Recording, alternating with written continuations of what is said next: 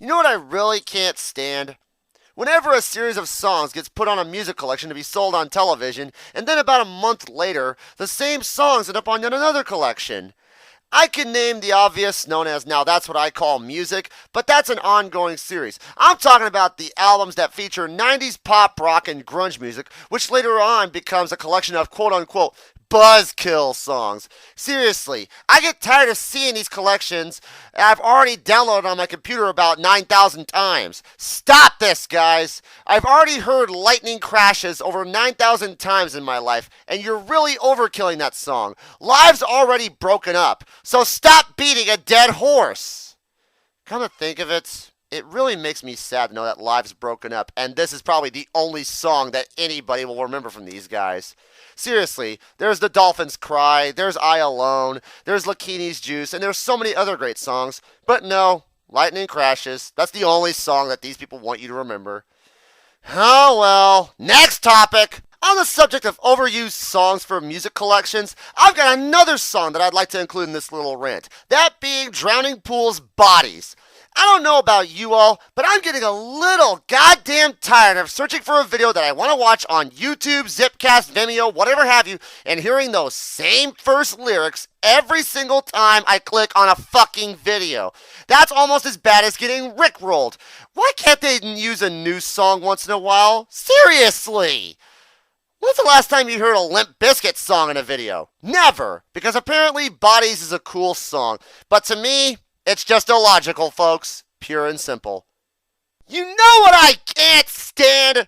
Kim Kardashian. I can't stand that bimbo. Okay, maybe I came off like Twilight Sparkle in the last episode of My Little Pony, but my word stands, damn it. I've been going to several convenience stores over the past couple of weeks, and all I've been seeing in the newspaper is Kim Kardashian, Kim Kardashian, Kim Kardashian. I am getting sick of it. I am tired of hearing about her divorce, her $90 million lifestyle, and all the freaking paparazzi crap they're trying to squeeze out of this cash cow. In case most of you haven't heard, we've had a couple of tornadoes break out over the Midwest, killing about 6 people and leveling a couple of cities in Oklahoma and Kansas. So why isn't that making the headlines? Because Kim Kardashian's more important than people losing lives, homes, and maybe even a few dogs and animals and all their prized possessions and heirlooms? Let me reiterate, I can't stand that bimbo! Personally, I feel she's going to be like every other A-list celebrity. Another piece of bacon in the frying pan. I'm sorry, Kim, but you're no Anna Nicole Smith to me. Next topic. You know what I also can't stand? Summer sweeps. I don't know about any of you, but I could give less than 2 shits about a TV series premiering during the summer that's probably going to get canceled in about 6 weeks. Okay, so the season finale for my favorite show has come and gone. Oh well, I'll live. But thank God for the summer sweeps. Living with Steve and Jody, coming this May on this crappy TV network. I mean, seriously, who the hell would want to watch some lame-ass sitcom that's probably going to be forgotten shortly after the summer sweeps end? Well, I guess I can't blame the TV networks, because their ratings are going to drop during the summer very drastically, and they need something fresh to hold everyone over until next fall. But who is going to remember Living with Steve and Jody? I sure as hell won't. You know why? Because summer sweeps will always suck. Just be patient through the drought, gang. Put on your favorite movie and take a piss on these mediocre summer sweeps. Because not only is it terrible programming, it's just illogical, folks. Pure and simple. I'm aware that Supermarket Sweep existed back in the 1960s on ABC, but I'm more familiar with the 90s version, which aired on Lifetime and briefly on PAX TV. But one user's obsession goes way out of context. Enter Justin Sherman. And by the way, I'm using the character Mr. Yuck to represent Justin Sherman because when you see his comments, you'll say yuck. On certain episodes of the 90s version of Supermarket Sweep, he claims that these episodes aired back in the 70s and 80s. Clearly, you'll notice that at the end of every single closing credit of Supermarket Sweep, it'll say from 1990 to 1994, and then of course during 2000 to 2003 when it aired on PAX TV. Hell, it clearly states that in the video description! But does he apply logic to this? No, of course not. He has to be illogical and do this on almost every single episode on YouTube! Oh, but he's not the only one to do this. Oh no, that's where we're going to meet Twat Waffle number 2, Roderick King. This guy, much like Justin Sherman, also posts fake information about TV shows, preferably the syndicated game shows like Family Feud and Tic-Tac-Toe. Let me ask you, my dear friend Roderick King, when the hell did Warner Brothers ever make the Family Feud? And since when did Archie Comics film Tic-Tac-Toe? Archie Comics makes comics! Logic, motherfucker, do you use it? Oh, but guess what? All three of these topics I have spoken about all tie in with our last topic. What they use to justify their bullshit. That's right. Autism. How many of you saw this coming from a mile away? I can almost guarantee you that all of you raised your hands. You see, I have had to correct these people time and time and time again, telling them why they're wrong and why their beliefs are stupid. Now, if I came to you and said your video has incorrect information, I would hope that you take my advice, get your facts together, and fix the faults in your video. But unfortunately, most people don't do this. Almost every single time I've had to correct these people, they'll give me a song and dance, usually consisting of the following comments. I put a lot of effort into this video, and I don't care for your nonsense on my channel. Shut the fuck up, or I'll report you to the YouTube troll police, you motherfucking dirty ass troll. No sir, that was former friends that sent me bad information on the production companies that no longer exist and not from me. And not only that I was born with a form of autism in real life, it is a shame that you would call me that. All three of these individuals have something in common. They all claim to suffer from autism and call me a cold-blooded bastard for calling them out. John Goodman, sum it up for me if you could. Well, if that ain't the big fat pot calling the Colonel black. This makes me sick just thinking about the fact that these people like to pull this shit. They garner sympathy to justify their shitty and sometimes stolen videos, blaming their autism for the piss poor lack of effort they put into it. You know what I absolutely, totally, and justifiably cannot stand? The coronavirus.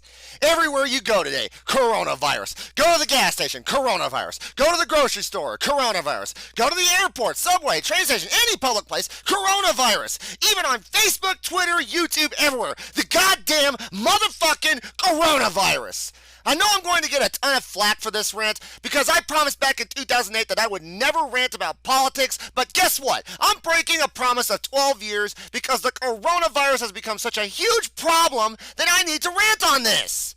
The news and the media constantly running stories about the coronavirus. Advertisements telling you to go out and buy surgical masks. Tabloid headlines threatening the end of the world. Whatever. It's causing a massive panic attack.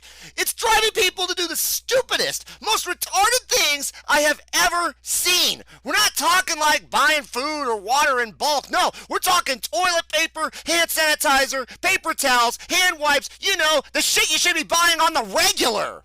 My question to you, endearing and wonderful dumbasses, is this. Why are you doing this shit now? Oh, I know why you're doing it. It's because big media is telling you to do so. So because some schmuck with a six-figure income and an overstuffed suit tells you to start prepping before it's too late, you flip your shit! You panic like a bunch of tinfoil hat-wearing, Alex Jones cock-worshipping dumbfucks who raid the local Walmart, Target, and Costco because you're so blind to the fact that the virus is no different than West Nile, H1N1, Ebola, pig flu, bird flu, chicken flu, mad cow disease, whatever fucking old McDonald sickness the CDC and the World Health Organization tells you not to panic about. EI, oh fucking hell! Your body is stronger than you think. In the immortal words of George Carlin, God rest his beautiful yet angry soul, what do you think you have an immune system for? I'll tell you why. It's to fight viruses and kill them. It's like, gee, you have antibodies, white blood cells, all that good stuff to protect you from deadly viruses and sicknesses. If you're infected with the coronavirus, guess what? It's going to send those antibodies and white blood cells to get in there and fight. And much like a typical match of Trials of Osiris in Destiny, when the opposing team decides to rage quit after your team steamrolls them to hell and back, your immune system is going to whip out the yaller horns and completely wipe the virus out before they can even get that mercy rule activated. I will give the benefit of the doubt, though, however, to people with weak immune systems, those with compromising viruses that prevent the immune system from working properly, and the elderly. I understand you can't fight the coronavirus due to your weakened state, so it's justified, and I am very sorry you're in this situation. Please know that you're in my thoughts, and I hope for a quick recovery. But getting back on point, those with strong immune systems need to think and act now, because once you're infected, you need to do exactly what the CDC and the WHO tell you. Do not, and I cannot stress this enough, do not go to WebMD and expect them to give you an answer, because they are not trained professionals. With all this in mind, here's what you can do to protect yourself from sickness and infections. 1. Drink plenty of water. Your body needs water to sustain energy and hydration. 2. Keep clean. Wash your hands. Shower daily. And always have clean clothes to wear. And I cannot stress this enough, wash your goddamn hands. It is not that hard. 3. Exercise, exercise, exercise. Do some stretches. Take a walk. Do some heavy lifting. Anything to keep your body active. 4. Go to your doctor or health physician. Get up to date on your vaccines, get your yearly evaluation to make sure you have a clean bill of health, and get whatever procedures you need done. And please, please ask questions regarding the coronavirus and what you can do to protect yourself. And 5, and I cannot stress this one enough, get your goddamn flu shot. This is paramount to your health. If you don't have your flu shot, why the hell are you watching this video? Get to your doctor and get your fucking flu shot now! You'll thank me for this! It only hurts for about 3 days, but it's better than spending 3 weeks or even 3 months in the hospital on the verge of death because you thought essential oils cures a deadly virus like the flu. I'm looking at all of you anti-vaxxers right now. Vaccinate your fucking crotch demons, Karen! Overall, this virus, this coronavirus, has got to be the stupidest thing I have ever heard of. People have been driven to the point of insanity because the news and conspiracy theorists have scared everyone into buying shit they should have bought bi-weekly at the grocery store. If you want more information about this, I highly suggest checking out Dr. Mike's YouTube channel. He provides facts, debunks phony information, and is a certified doctor. Not to mention, he can educate you on all you need to know about this and other issues. I'll leave a link to his channel in the description. Please be sure to subscribe to him as well. He'd greatly appreciate it. But you don't have to take my word for it. But if this is what 2020 has to offer us so far, I'm wondering what the next 9 years have to offer. I mean, what's next? Mouse flu? Snake flu? Hedgehog flu? You know what? I've been infected with a virus for the past 12 years. It's called dumbass flu. And right now, I need to quarantine myself from all these dumbasses because I have had enough. It's not just illogical. It's absolutely fucking ridiculous. I'm TBone2004. Stay healthy, drink water, go get your goddamn flu shot. Like, go do it right now. Guess what? We're back to this topic yet again. First, it was aggravating advertising with shitty as seen on TV products with all those crazy pitchmen that go with them. Then there was psychic clusterfuck with the free, but not really free, psychic reading, and celebrity psychics who make you believe they can see your future. And of course, our wonderful voiceover, John Low-Tone Doe. Have your credit card ready and call 1-800-902-8200. Call 1-800-902-8200 now. Call 1-800-902-8200. Call toll-free 1-800-902-8200. You piece of bullshit.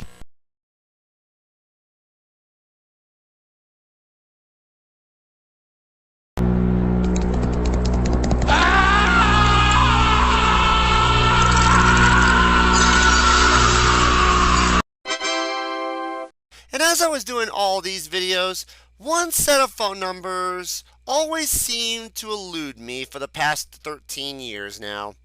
So, as you saw in the intro, you usually see one of these commercials during the later hours, usually after midnight considering what the advertisement is selling you. So, let's do like we did the last 2 times and show one of these stinkers right now. It's unlike any other number. It's your direct line for intriguing sessions. 1-900-950-WILD. Sit back and prepare to experience what we do best. Were you ever curious about Hollywood girls? We're just waiting to have fun with you. So call now, 1-900-950-WILD. It's only $2.98 a minute for adults only. 1-900-950-WILD. Okay, now that you have got a taste of what this rant will be about, let's continue and discuss this. Also, if you fapped that commercial and tried to call the 1-900 number, you ought to be ashamed of yourselves. You know what I can't stand about these? The fact that some people are so desperate and so alone that they have to pay to have a conversation with someone on the telephone or have a pseudo-sexual encounter. How sad are you that you have to get your jollies off of someone on the other end of the phone at a rate of $2.50 per minute usually? Well, consider the following, if I may quote Bill Nye the Science Guy. Please consider the following. Usually, like the psychic hotlines, these hotlines were meant strictly for entertainment, mostly adult entertainment. Some guys found these to be a cheap alternative to the gentleman's club, which usually ran about 10 or 20 to pay the doorman, and that's not counting the beer and tipping the dancers.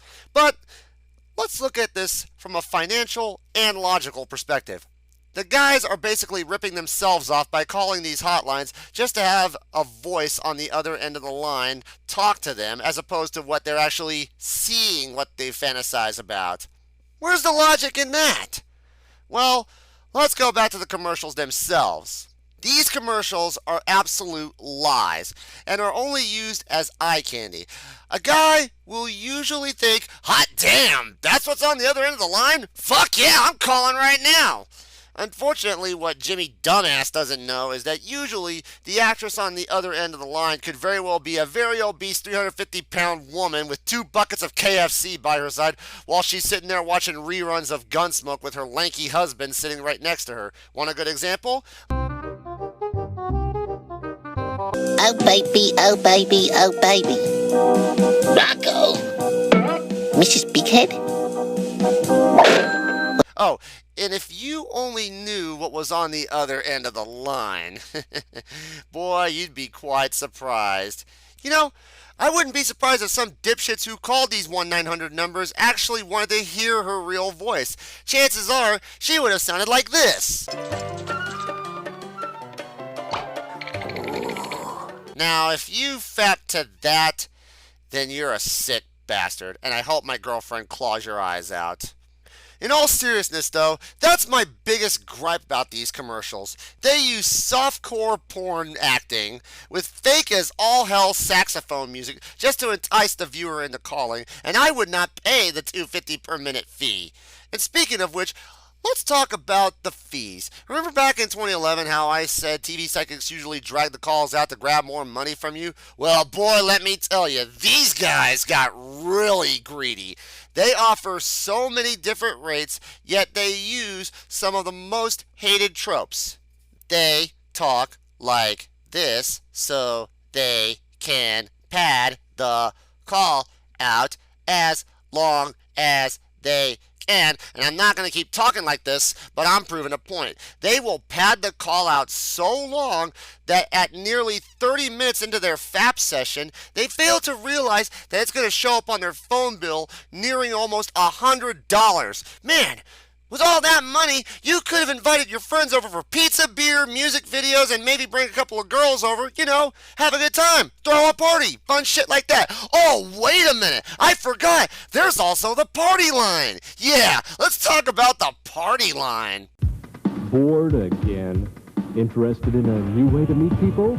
Just pick up the phone and call 1-809-544-CHAT. There's a party waiting for you. It's the party line. Talk with a new group of friends 24 hours a day, 7 days a week. What are you waiting for? Call 1-809. Holy shit! Instead of talking to one girl, I could talk to 2 girls? 3 girls? Hot damn! Sign me up! Yeah, that's totally not cringe. Yes, folks, not only are we talking about phone sex, we're also talking about having more than one person on these hotlines. And usually these calls are even worse than the phone sex hotlines. Granted, this did pave the way for multi-call services like MSN, AOL, Yahoo, Skype, and Discord several years down the road. The fact remains that people use this service for money to just sit and talk with complete strangers. Seriously, no one wants to hear what you just did, let alone several people. God forbid this was an orgy line. Okay, you know what? With all these phone sex hotlines and party lines, I could do something even better. How about a 1-900 number for ranting? It'd probably sound like this. Hi, I'm TBone2004. Want to hear me rant just for you? Call the TBone hotline now. 1-900-TBone2004. Hear me rant about anything. And if you call and listen for 10 minutes, I'll give you my personal number so you can hear me rant live. You can't go wrong with that, so call now. 1-900-TBone2004. That's 1-900-826-6304. $2.50 for the first 2 minutes, $1.99 every additional minute. Must be 18 or older and must be very logical when you call this number. Do not call this number, by the way. This is a parody number. What are you, a stupid fucking dumbass? What are you waiting for? Call now! Don't be illogical!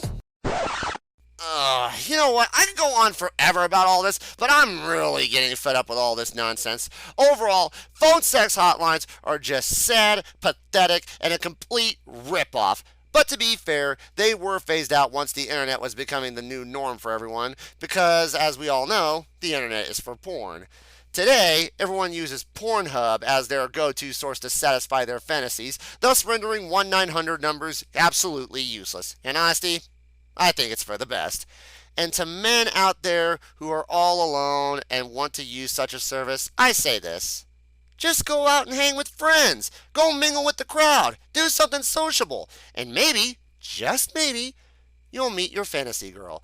Take it from me, because I already met my dream girl, snow leopard.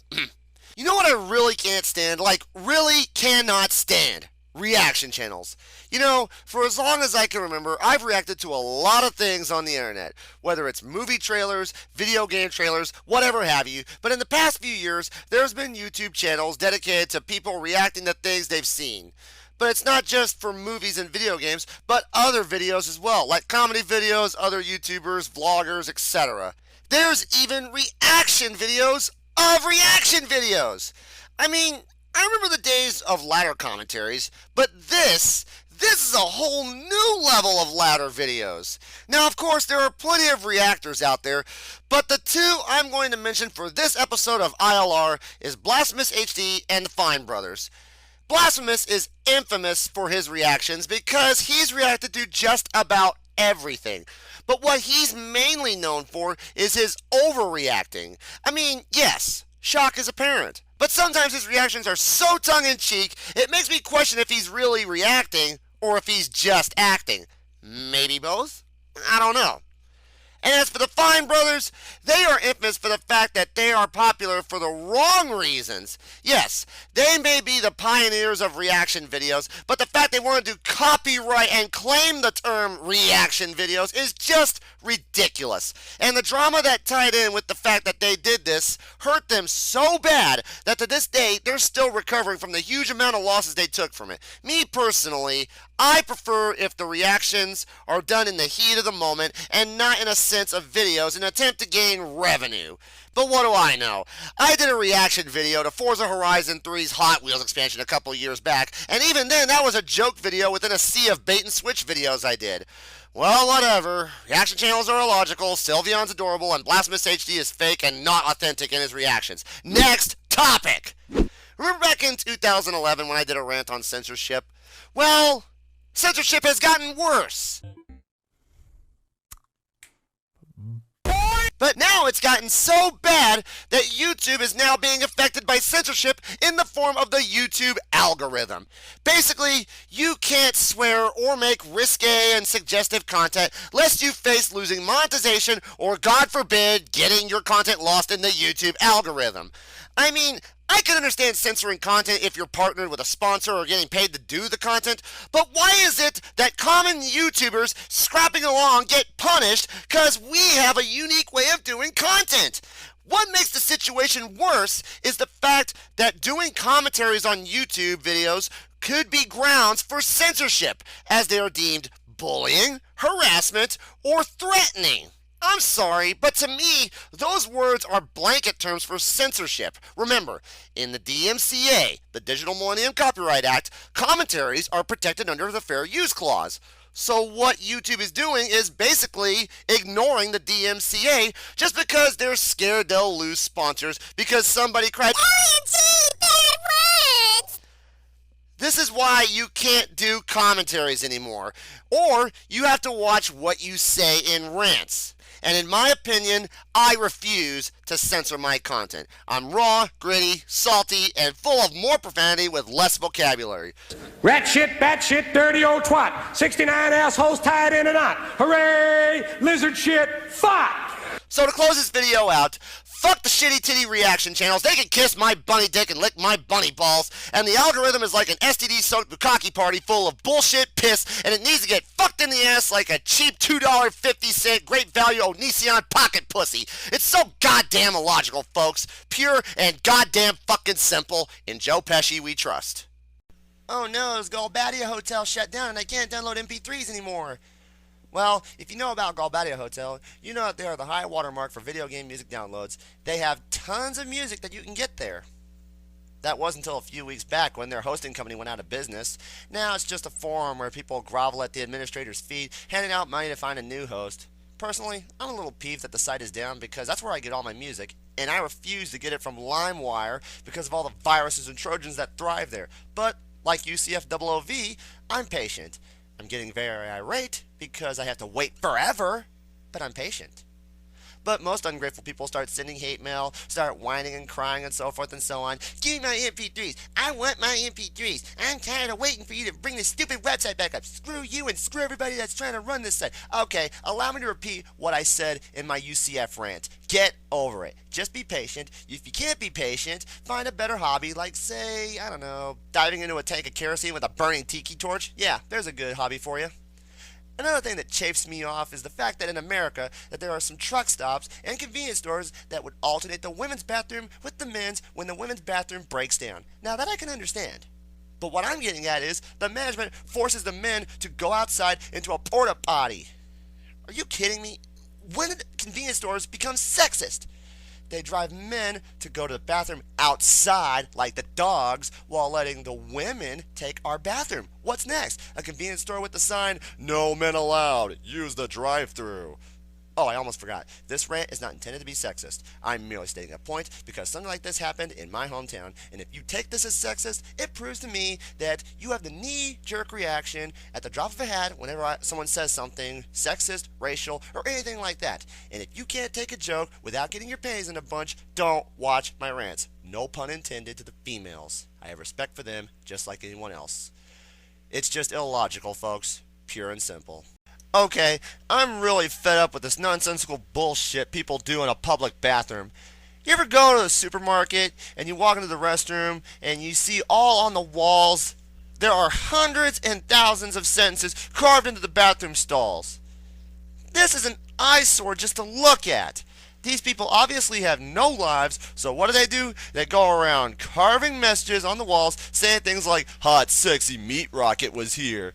And it just makes this the most uncomfortable feeling you'll ever have when you sit on the toilet. Believe me, I've had this scenario happen several times, and I refuse to even use the public restrooms.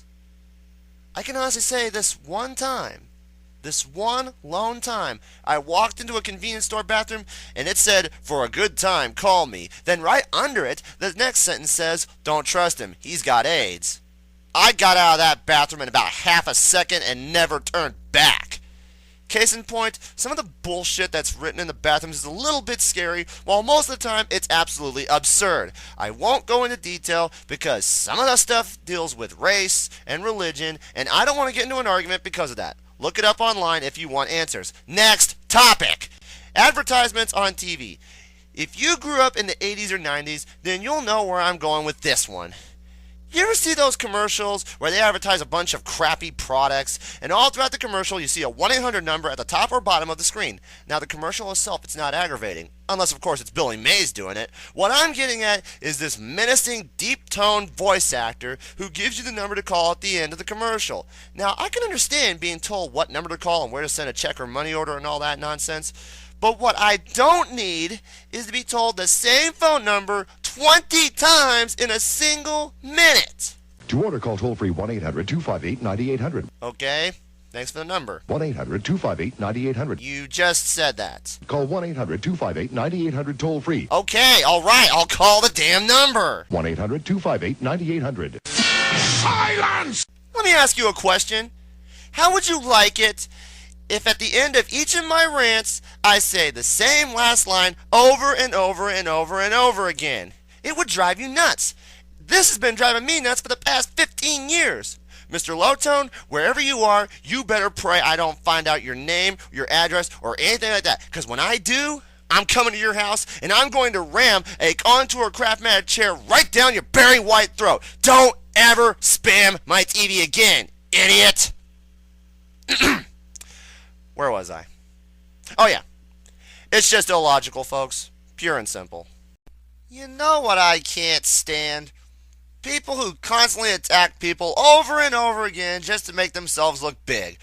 Okay, maybe the rant on trolls wasn't complete without this section. It seems that amateur game reviewers and movie makers on the internet are the biggest target when it comes to the worst breeds of trolls. I like to call them persistent trolls. They are the ones who constantly make people feel bad just because they're new to the movie making scene. Here, let me explain the difference between criticisms and trolling. Criticism is basically correcting and helping someone out. Trolling is basically labeling someone gay or retarded just because they're merely trying out a new thing. This is not criticism. Take Three Creepers for example. He reviewed 2 Duke Nukem games and he got trolled epically. Don't you man children have better things to do, like do your homework, find a job, and possibly find true love or something like that? You know, it's like Jetroid Monkey 2007. Serious business, folks. Come to think of it, that's all the internet is these days. Oh well, next topic. Customers at Walmart. They always tend to get on my last nerves. You ever go to Walmart to look for a good pair of shoes, and then when you find them, you find all sorts of things not related to shoes? T-shirts, DVDs, toys, cat litter, and McDonald's bags that are just full of half-eaten food. Wow, who the hell leaves half-eaten food in the shoes department? There's about 40 trash cans all throughout the store, preferably one on each aisle. Pick one! And on top of that, I really get sick and tired of seeing these whiny kids throwing things throughout the store just because they couldn't get what they want, or for the most obvious reason, just because they want to throw a tantrum in Walmart. I mean, I like going to Walmart to get what I need, but I don't like hearing screaming kids and having them throw stuff around as well. And yet the parents act like this is normal. Oh, little Timmy's having one of his episodes. He just needs a nap. Newsflash, you brain-dead numbskulls. You're obviously not raising your kids right. Take your kid outside and beat them within an inch of their life, and I promise you, they'll never pull that crap again. But then again, look what the next generation parents look like and see where the logic went. That's right, folks. It's just illogical. Pure and simple. You know what I can't stand? Going to a convention and having it spoiled by people who do the following. Forget to bathe during the convention, ask retarded questions at panels, and most importantly, becoming the real-life equivalent of 4chan. I've been to over 15 conventions in the course of 6 years, and about 75% of the time, all 3 of these things happen, thus ruining my con experience. Whenever I go to a convention, I make absolutely sure I bathe each night before bed, and I have legitimate questions to ask at the panels, and try to mingle with the crowd and not do stupid shit. Let me give you a good example. Recently, I went to a convention, and while I was in line, I could smell everyone around me. I swear, I wanted to jump the line so many times, but couldn't due to my own personal con etiquette. And on top of that, it doesn't help the fact that I had to hear about DashCon the entire damn weekend. I get it. There was a ball pit. Who the fuck cares? You know what I care about? All the cool con swag I got, and all the friends I got to hang out with, and of course making all those great memories with them. Not the fact another con took $17,000 and sucked it up their own ass. Which leads us to our next topic. DashCon. What can I say? What do you want me to say? This has got to be the biggest failure of a convention I've ever seen. Seriously, I thought Las Pegasus Unicon was a disaster. Surely enough, this piece of shit comes along and does 20 times worse. In case most of you don't know what DashCon was, it was a convention based around Tumblr. Basically, any fan base was welcome to the convention, but soon enough, the whole convention spiraled out of control. You want a good example? How about the BDSM and bondage panel that they actually let children walk into? I mean, seriously, you gotta be some kind of twat waffle to let children into an 18+ panel. Seriously, that's some fucked up shit, man. Aside from all the other problems this convention suffered, the fact remains that they conned all their attendees out of $17,000 for a wasted weekend and leaving the biggest piss stain on the face of the internet. And frankly, I really don't give a shit if there was a ball pit to sit in. It was cool on Double Dare, but at a $17,000 pyramid scheme convention like DashCon, it's just illogical, folks. Pure and simple. Oh, wait a minute. I forgot. The ConStaff is actually planning a second convention for next year. Guys, if it failed before, then why are you going out of your way to fail a second time? Not only is that illogical, that's just asinine. You know what I can't stand? Whenever a show goes on hiatus and the fan base decides to throw a huge bitch fit about it. And before you say, hey TBone, didn't you do this in that one episode? Yeah, that was about the summer sweeps. I'm talking about the hiatus in general. Now, as most of you probably know, I don't watch much TV no more because TV really sucks nowadays. However, based on my findings on Facebook, Twitter, and Tumblr, every time a fan base's favorite show goes into a hiatus, there's always speculations that make me question the very aspect of television on a whole. Here's a good example. When season 2 of My Little Pony ended, it was announced that creator Lauren Faust was stepping down in place of the new executive producer Megan McCarthy. This was met with such ridiculous claims such as, the show is ruined, it won't last after season 3. Yeah, and heading into season 5, I'd say you bronies have really let yourselves down. Another example is whenever the creator is suffering from a burnout. I can name 2 guys off the top of my head, James Rolfe and Chris Patrick, creators of The Angry Video Game Nerd and The Bedfellows respectively. While each show is completely different from one another, both creators have suffered from severe burnout due to lack of inspiration. And what comes out of the fan base? The show is dead, he doesn't care for his fans anymore! Well, go watch Irate Gamer then if James doesn't do episodes on the fly. And as for you fur fags watching The Bedfellows, go shove your bad dragons up your asses. Overall, I can't stand this because it just shows how unappreciative the fans can really be.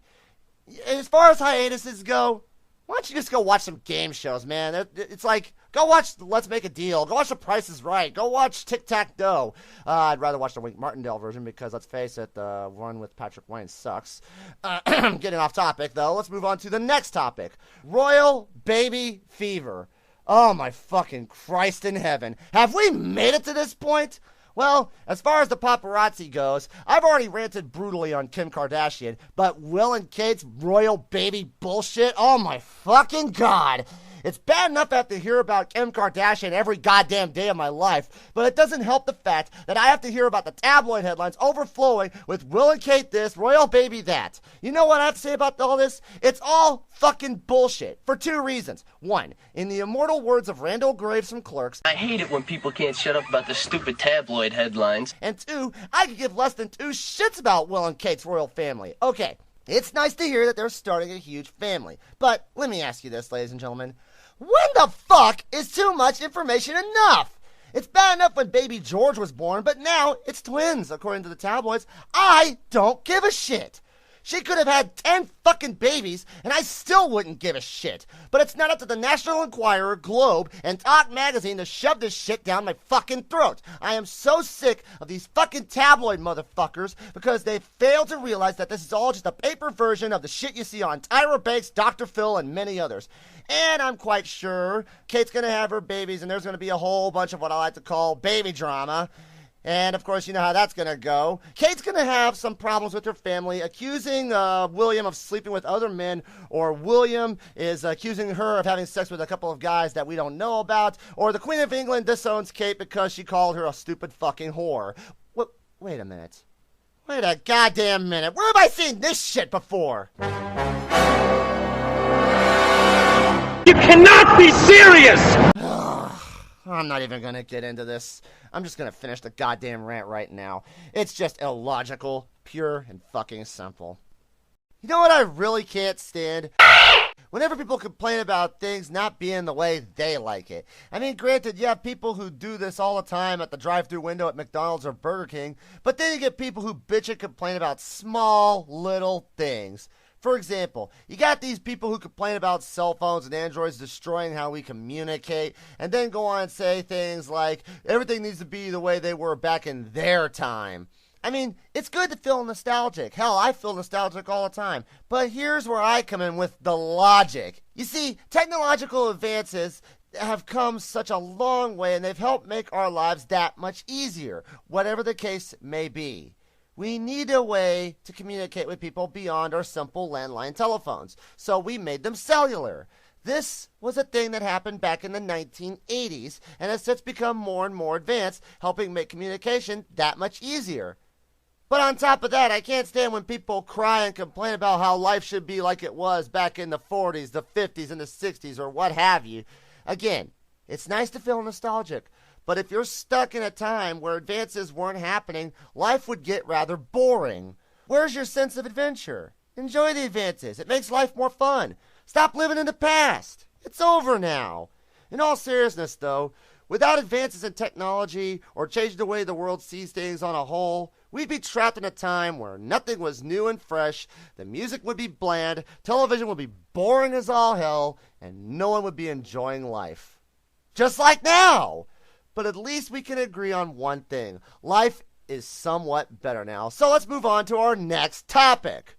Why they change things that are already good to begin with. Now this, I could go on forever about. We have a lot of things we enjoy in this world, but for some odd reason, people like to change shit without warning, and the things we enjoy, we really don't enjoy anymore. A good example would be whenever Burger King was charging 99 cents for a simple hamburger, but because their corporate offices wanted their wallets to be as fat as your average American's fat ass, burger prices have skyrocketed. Seriously? You guys talk about beating your competition, so you raise prices on your menu? No wonder McDonald's gets more business than you. Another good example is when they change formats on TV shows, particularly game shows. A good example was when Jack Barry and Dan Enright created Tic-Tac-Dough. It was a great show, great gameplay, fun bonus round, and the ever-present dragon. And anyone who's a fan of game show garbage knows where I'm going with this one. When Dan Enright brought the show back in 1990, right after Jack Barry died, he decided to change everything up about the show. What the hell, Dan Enright? I mean, the show was great, but now you made it boring, and the gameplay was crippled, and not many people won the bonus round, and not to mention this. Don't do, can't do, won't do.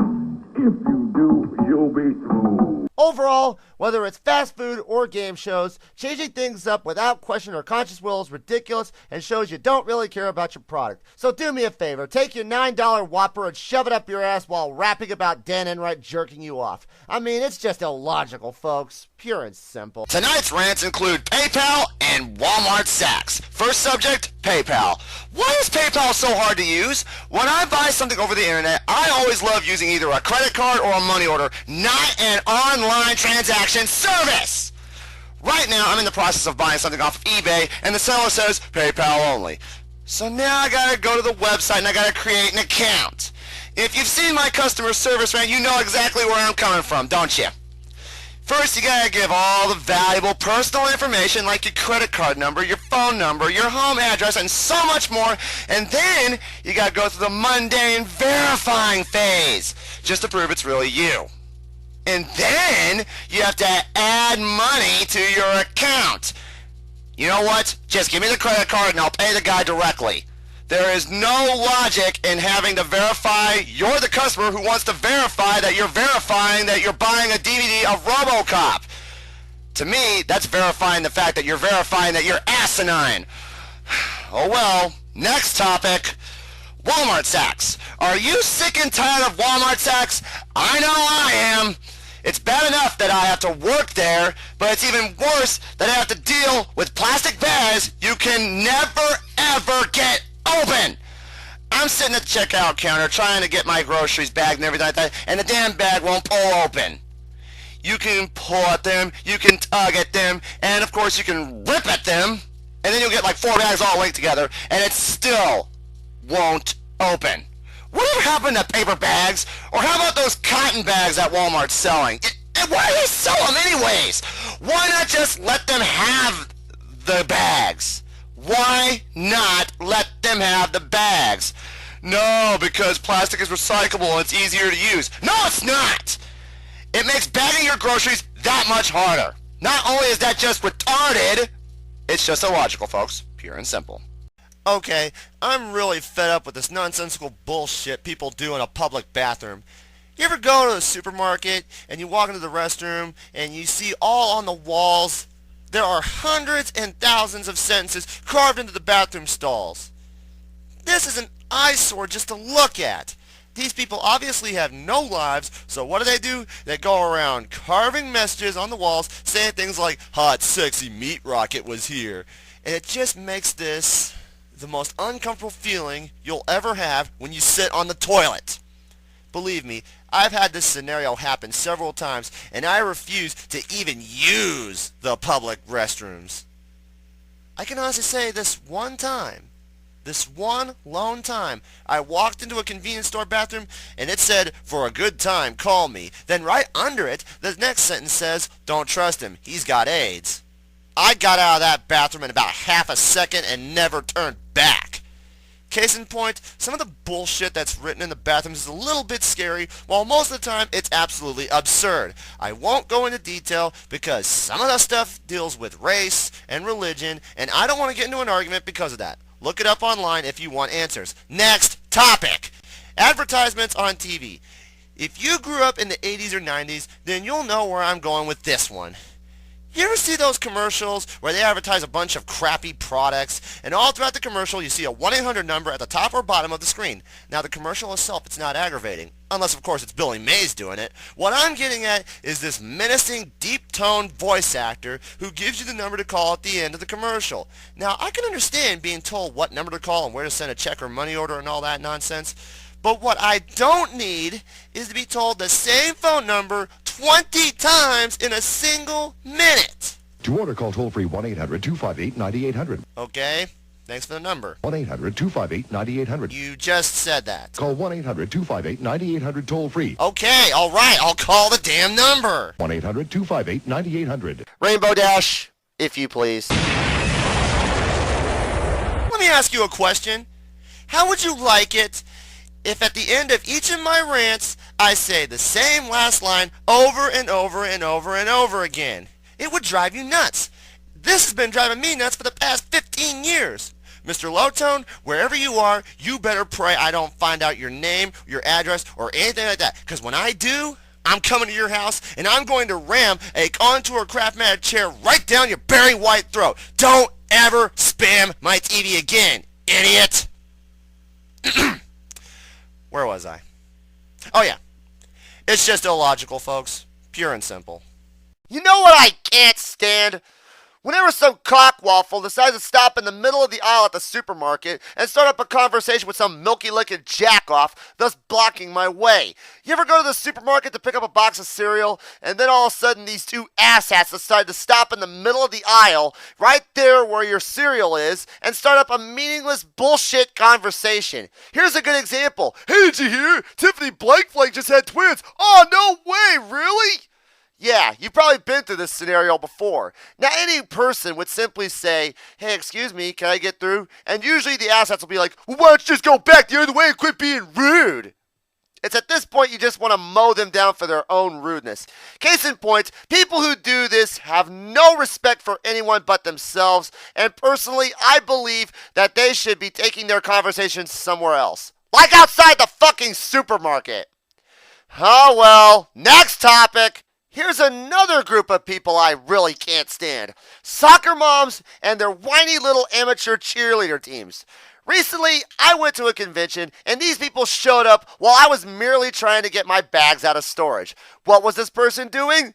She's fucking screaming at the clerk about the hotel being booked up and not knowing well in advance that there's a convention going on. "We always come to this hotel around this time and you're never booked up." Well, if that's not illogical, I don't know what is. Oh, but it gets better.